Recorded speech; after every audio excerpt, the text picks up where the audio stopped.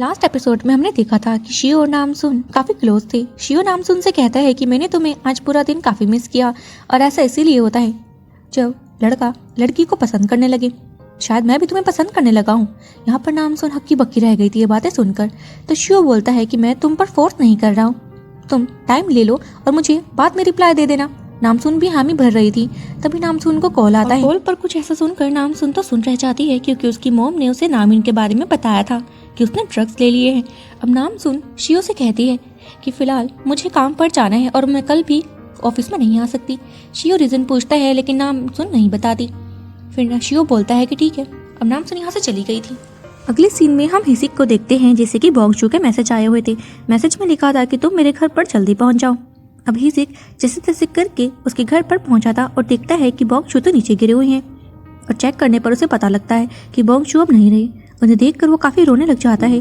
तभी उसके फ़ोन में एक और मैसेज आया था बोंगशू का और उसे पढ़कर उसे पता लगता है कि बोंगशू ने एक डायरी में सारे के सारे सबूत लिखे हुए हैं और वो डायरी यहीं कहीं है। यहाँ पर भी हिसिक एज्यूम करने लगता है पुरानी चीज़ें कि कैसे बोंगशू ने उन सबूतों को इकट्ठा किया और एक डायरी में लिखकर वहीं पर छुपा दिया। अब सीन प्रेजेंट में आता है और हिसिक को वो डायरी मिल चुकी थी। सीन यहीं कट होता है और हम ग्योम को देखते हैं जो भागते हुए कैफे में पहुंची थी अपने बेटे को देखने के लिए। जैसे ही वो नामिन को देखती है, नामिन तो बेसुध पड़ा हुआ था। उसे देखकर वो काफ़ी तेज रो रही थी लेकिन बोंग को तो पता ही नहीं था कि हुआ क्या है। फिर वो उससे पूछते हैं कि तुम इतना क्यों रो रही हो। ग्योम बताती है कि तुम्हारे बेटे ने ड्रग्स ले लिए हैं। तुम अपने आप को उसका डैड बोलते हो, तुम इसका जरा सा भी ध्यान नहीं रख पाए। तुम्हारे सामने ही इसने ड्रग्स लिए। यहाँ पर बोंग बोलता है कि ये ड्रग्स नहीं लेता। तो ग्योम बता रही थी कि ये कोई मेडिसिन ले रहा था, उसी मेडिसिन के थ्रू इसे ड्रग्स दिए गए हैं।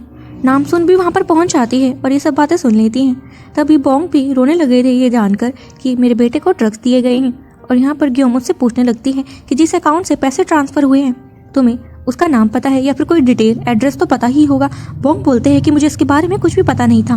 तभी नामिन ने खाना पीना छोड़ दिया था, वो सिर्फ पानी पी रहा था। यहाँ पर फिर नामसुन को कॉल आती है हिसिक की जो उसे बता रहा था कि हमारे सीनियर नहीं रहे बोंगशू, उनकी डेथ हो चुकी है। नामसुन बोलती है कि मैं वहाँ पर नहीं आ सकती, मुझे अपने भाई के साथ रहना होगा। हिसिक बोलता है कि अपने भाई को पानी मत देना। हिसिक को तो पता था कि उसने ड्रग्स लिए हैं। नामसुन बोलती है कि ठीक है, तुम भी अपना ध्यान रखना। हिसिक भी उसे ओके कह के कॉल काट देता है। अगले सीन में हमें दिखाया जाता है कि अब नामिन को हॉस्पिटल में शिफ्ट किया जा रहा था। तो नामसुन उन्हें बोलती है कि इस ड्रग का एंटीडोट भी है, मैंने शियो को उसे लेते हुए देखा था। सीन शिफ्ट करते हैं और वो सभी हॉस्पिटल में पहुंच गए थे जहाँ पर नामसुन अपने भाई के साथ बैठी हुई थी और ग्योम काफ़ी रो रही थी। तभी बोंग अपने आप को गिल्टी मानते हुए कहते हैं कि इसकी तह तक मैं जाकर रहूँगा, जिसने भी ये हरकत करी है मैं उसे जान से मार दूंगा। इतना कहकर वो यहाँ से चले जाते हैं। तभी पीछे से ग्योम नामसुन को कहती है कि मैं तुम्हारे भाई के साथ रहूँगी, तुम्हें अपने डैड का साथ देना चाहिए, पता नहीं वो गुस्से में क्या कर देंगे। तो नामसुन भी अपने डैड के पास चली जाती है। बाहर आकर बोंग यहाँ पर अपने कुछ साथियों को कॉल लगा रहे थे क्योंकि पहले वो बैंक में ही काम किया करते थे। तभी नामसुन भी बाहर पहुंची थी। फिर वो नामसुन को कहने लगते हैं कि तुम्हें अपनी मोम के पास रहना चाहिए था। नामसुन उन्हें बताती है कि मोम ने ही मुझे यहाँ पर भेजा है और हमें पहले पुलिस का सहारा लेना चाहिए। अब नेक्स्ट सीन में हम उन दोनों को जीहुन के साथ देखते हैं। वो जीहुन से एक अकाउंट की डिटेल्स निकलवाना चाह रहे थे। जीहुन बोलती है कि ये तो इलीगल है, आपको पहले रिपोर्ट करनी होगी। तो बोंग उससे काफ़ी रिक्वेस्ट करते हैं कि हमारे पास इतना टाइम नहीं है। लेकिन जीवन बोलते हैं कि जब तक मैं यहाँ पर बैठी हूँ ये इलीगल माना जाएगा, लेकिन अगर मैं यहाँ से उठकर वॉशरूम तक जाऊँ पीछे से अगर आप ये डिटेल्स ले लो तो वो इलीगल नहीं माना जाएगा, तो आप ऐसा ही करना। वो वॉशरूम के लिए चले जाते हैं और पीछे से वो डिटेल्स भी ले लेते हैं। और यहाँ उन्हें पता लगता है कि वह अकाउंट हैंगसियोन नामक एक आदमी के नाम है। फिर यहाँ पर बोंग बोलने लगी थी कि ऐसे अकाउंट मेरे पास भी काफ़ी आया करते थे, ये लोग फेक अकाउंट यूज़ करते हैं और ज़्यादातर ये अकाउंट होमलेस पर्सन के नाम से बनवाते हैं। तो यहाँ पर नामसुन को अपने दोस्त हान की याद आई थी। वो उसे कॉल करके पूछती है कि तुम्हें एक आदमी की डिटेल्स निकालनी है, उसका नाम है हैंगसियोन, और वो इसे अकाउंट नंबर भी दे देती है और बताती है ये होमलेस है, क्या तुम इसका पता लगा सकते हो।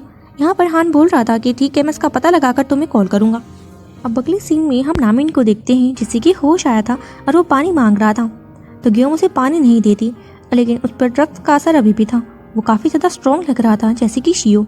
वो अपनी मॉम को पीछे धक्का देकर वहाँ से भागने की कोशिश करता है, लेकिन ग्योम भी काफ़ी ताकतवर थी। वो कैसे भी करके नामिन को अपने कंट्रोल में लाई थी और उसे फिर से स्ट्रेचर पर लिटा देती है। नामिन अभी भी काफ़ी अग्रेसिव बिहेव कर रहा था। तो ग्योम उसे गले लगाकर उसे सहलाने लगा। नामिन होश में आने लगा था। होश में आकर वो अपनी मॉम से रोते हुए कहता है कि मॉम प्लीज़ मुझे बचा लो। यहाँ पर ग्योम भी इमोशनल हो जाती है। अगली सीन में एक लेडी दिखाई गई है जो कॉल पर किसी से बात कर रही थी और कहती है कि जो ट्रक लोड होकर यहाँ पर आ रहा था उसमें से एक जैकेट गायब है और उसमें लाखों का ड्रग्स था। हमें उसका कुछ करना होगा। यहाँ पर उसे आगे का प्लान बताया जाता है जिसके बारे में हमें नहीं बताया गया। हम जूनी को देखते हैं जो गिलजेंग के साथ खड़ा हुआ था और गिलजेंग से कहता है कि मैं तुम्हारे हस्बैंड से मिलने के लिए नहीं गया क्योंकि अभी उसकी सर्जरी चल रही है, इसलिए मुझे जाना सही नहीं लगा। तो गिलजेंग बोलती है कि हम दोनों का साथ में रहना किसी को भी पसंद नहीं आएगा, इसलिए तुम्हारा उनसे मिलकर कोई भी फायदा नहीं है। तो जूनी बोल रहे थे कि तुम्हें और लोगों से क्या लेना देना है, तुमने मुझे प्रपोज किया और अपने प्यार का इजहार किया, मैं तुम्हारे हस्बैंड से हमें लेकर बात जरूर करूंगा। सीन यहीं कट होता है और अगले सीन में हम शियो को देखते हैं जो पहले नामसुन को कॉल लगाता है लेकिन नामसुन कॉल नहीं उठाती। फिर उसके दूसरे फोन में ब्योम नाम से एक कॉल आ रही थी। उसे जैसे ही पिक करता है आगे से लेडी एक जैकेट के बारे में बात कर रही थी कि रशिया से जो माल आने वाला था उसमें से एक जैकेट गायब है और तुम्हें उसकी कीमत पता है ना, अगर मेरा माल टाइम से नहीं पहुंचा तो तुम जानते हो तुम्हारे साथ क्या हो जाएगा।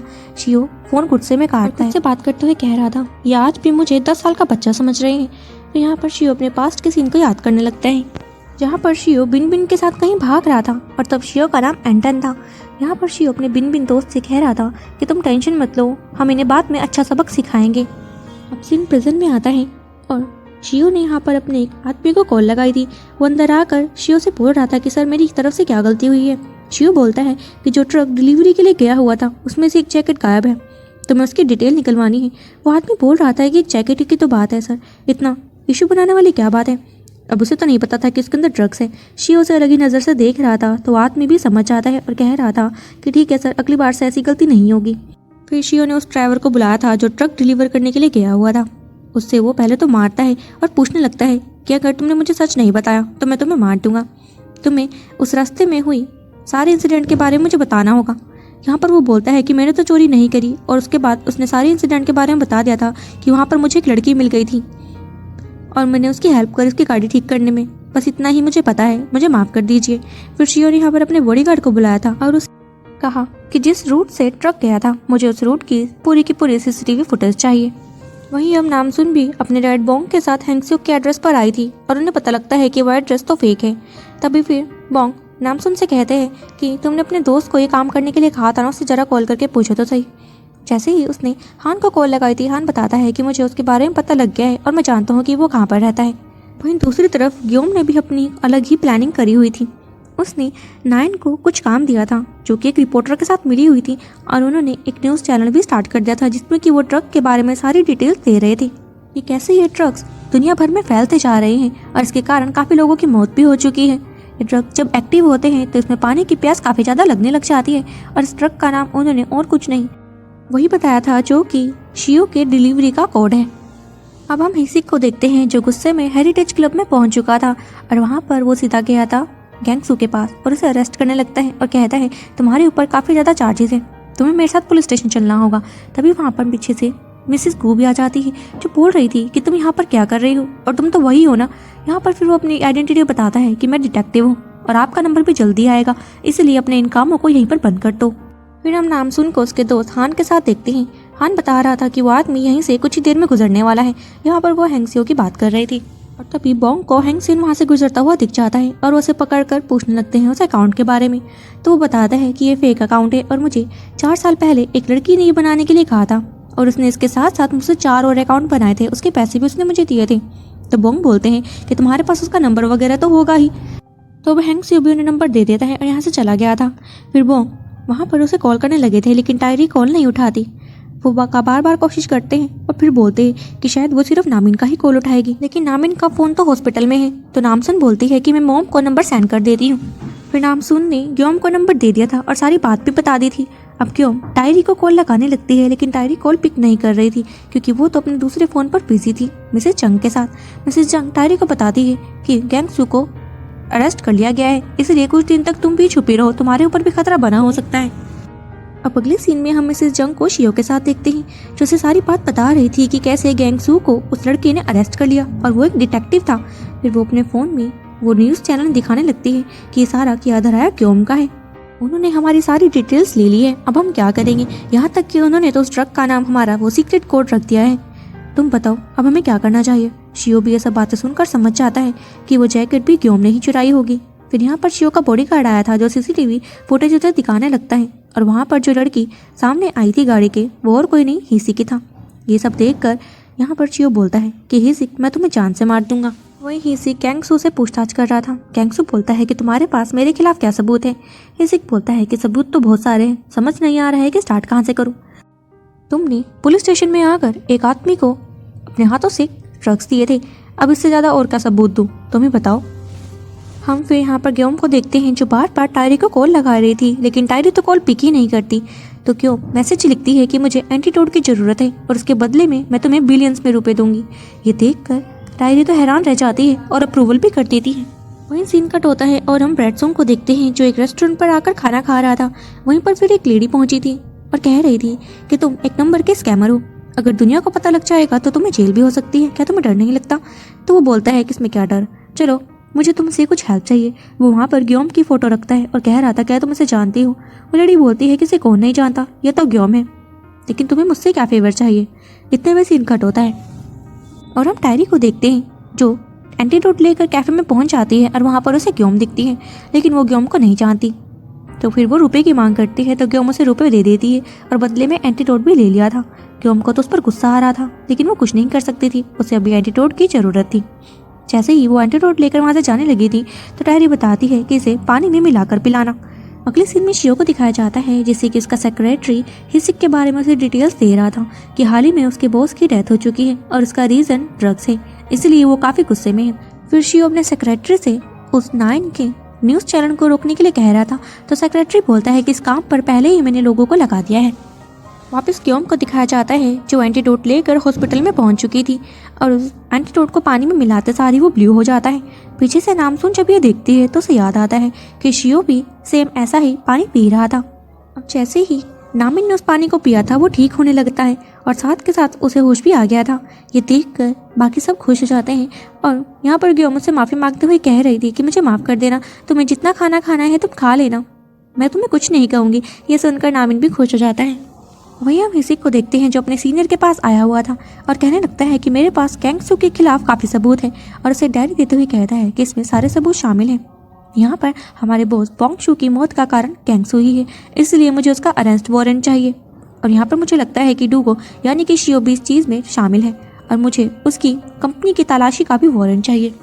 वही ग्योम भी एपोलेंटे के उस आदमी से मिल रही थी और बताती है कि मुझे रीज़न पता लग गया है कि शियो ड्रग्स क्यों बेच रहा है, उसे एंटीडोट बेचना है, उसे डबल रुपए में। यहाँ पर फिर एपोलेंटिया वाले आदमी को उसके बॉस की कॉल आई थी जो बताता है कि पावेल ग्रुप का हेड कोरिया आ चुका है और ये बात वो ग्योम को भी बता देता है कि नोज कोरिया पहुंच चुका है। सीन यही कट होता है और हम हिसिक को देखते हैं जिससे कि कॉल पर बताया जा रहा था कि गैंगसू की मौत हो चुकी है। वहीं हम नामसून भी शियो के कैबिन में पहुंच जाते हैं और उसे माफ़ी मांगते हुए कह रही थी कि मैं कल काम पर नहीं आई, मुझे कुछ ज़रूरी काम था और मैं आपकी कॉल भी पिक नहीं कर पा रही थी। अब शियो जैसे ही नामसून को देखता है, नामसून थोड़ा घबरा जाती है उसे देखकर, क्योंकि ड्रग्स लेने के बाद शियो का चेहरा बदल चुका था और वो गुस्से में भी लग रहा था। इसी के साथ ही एपिसोड खत्म हो जाता है। सो फ्रेंड्स, मिलते हैं इसके नेक्स्ट एपिसोड के साथ। Till then take care, good bye.